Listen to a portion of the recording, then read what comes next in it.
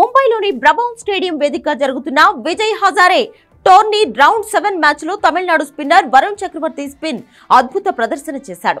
నాగాలాండ్ తో జరిగిన ఈ మ్యాచ్ లో టాస్ గెలిచిన తమిళనాడు కెప్టెన్ దినేష్ కార్తిక్ ముందుగా బౌలింగ్ ఎంచుకున్నాడు. తొలుత బ్యాటింగ్ చేసిన నాగాలాండ్ జట్టుకు శుభారంభం లభించలేదు. శ్యామ్ వాంగ్నవో వికెట్ వెంటనే కోల్పోయింది.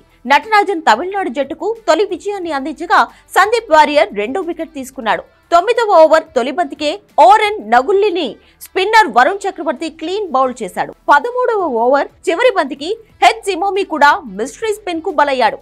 ఆ తర్వాత తహ్మీద్ రెహమాన్ ను వరుణ్ చక్రవర్తి క్లీన్ బౌల్ చేయగా అకాబీ ఎఫ్టో ఇంద్రజిత్ కి క్యాచ్ ఇచ్చాడు.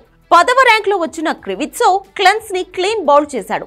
దీని ద్వారా నాగాలాండ్ జట్టును 19.4 ఓవర్లలో 69 పరుగులకు ఆల్అౌట్ చేయడంలో వరుణ్ చక్రవర్తి కీలక పాత్ర పోషించాడు. వరుణ్ చక్రవర్తి ఈ మ్యాచ్ లో 5 ఓవర్లు మాత్రమే బౌలింగ్ చేసి 3 మేడిన్లతో 9 పరుగులు మాత్రమే ఇచ్చి 5 వికెట్లు తీశాడు. మరోవైపు సాయి కిషోర్ 21 పరుగులిచ్చి 3 వికెట్లు తీశాడు. 70 పరుగుల సులువైన లక్ష్యాన్ని ఛేదించిన తమిళనాడు జట్టు 7.5 ఓవర్లలో వికెట్ నష్టపోకుండా 10 వికెట్ల తేడాతో విజయం సాధించింది.